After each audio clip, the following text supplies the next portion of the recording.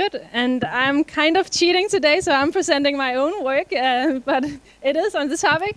So it's about how sibling gender composition affects women's development of conformity to traditional gender norms. So today, women attain more education than men on average across almost all countries in OECD countries.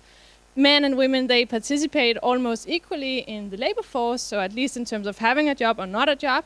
But we still see great segregation in terms of what women then choose to study compared to men, and then what they do in the work. So that is a big question. Why do we still see that women, they conform much more to like the traditional gender norms than, so why do they choose some occupations compared to men? And these occupations are often those paying less. So what I look at here is the socialization process within the family. So in particular, the question is, how does sibling sex composition affect women's development of traditional gender norms? So just to give you an idea of the setting here, so we have that Barbara and Sarah, they were born at the same point in time into very similar families. So then we have this random event of a few years later where one gets a brother and the other one has a sister. So this is what I look at. How does the sibling sex composition affect these girls? How do they grow up? We might think that they might interact differently, so having a brother compared to a sister. But of course, we might also think that the parents might raise these children differently. So in particular, what we could think of is here that the mother might tend to spend more time with Barbara, who has this brother, compared to this girl who has a younger sister. And then similarly, we could also think of the father spending more time with the son compared to the older sister. So we might think of gender-specific parental investment as one important mechanism for how sibling sex composition affects the women's development of gender norms.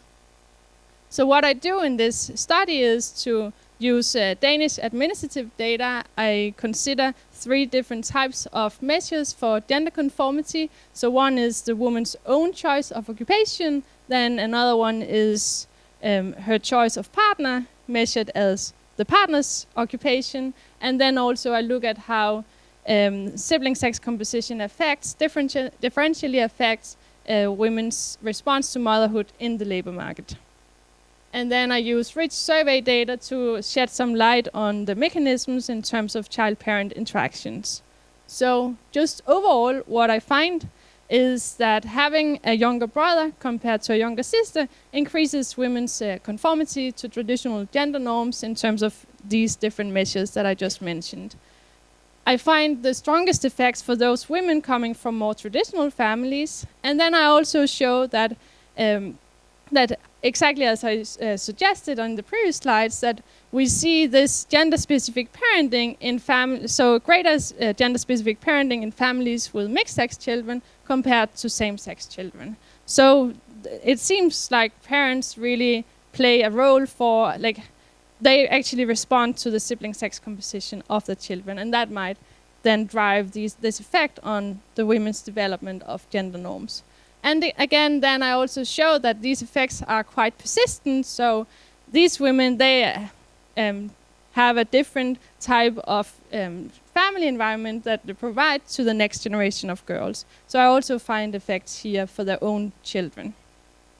So this is a graph just showing the main results in terms of how women respond differentially to labor market outcomes when they have the first child. So women having a brother compared to a sister, they experience a larger drop in the labor earnings once they have the first child compared to those women with a younger sister.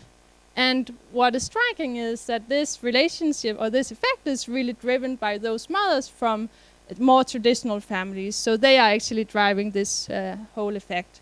In terms of labor earnings, I also find the same in terms of labor force participation.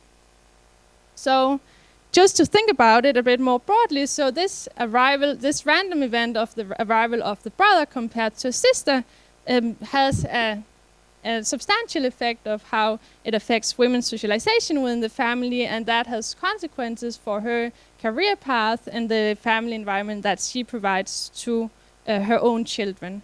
So this event alone can, of course, not explain the gender gap we see in labor force or labor market outcomes such as earnings, but at least this suggests that it's not just biological differences that can explain this gender gap in earnings, as an example.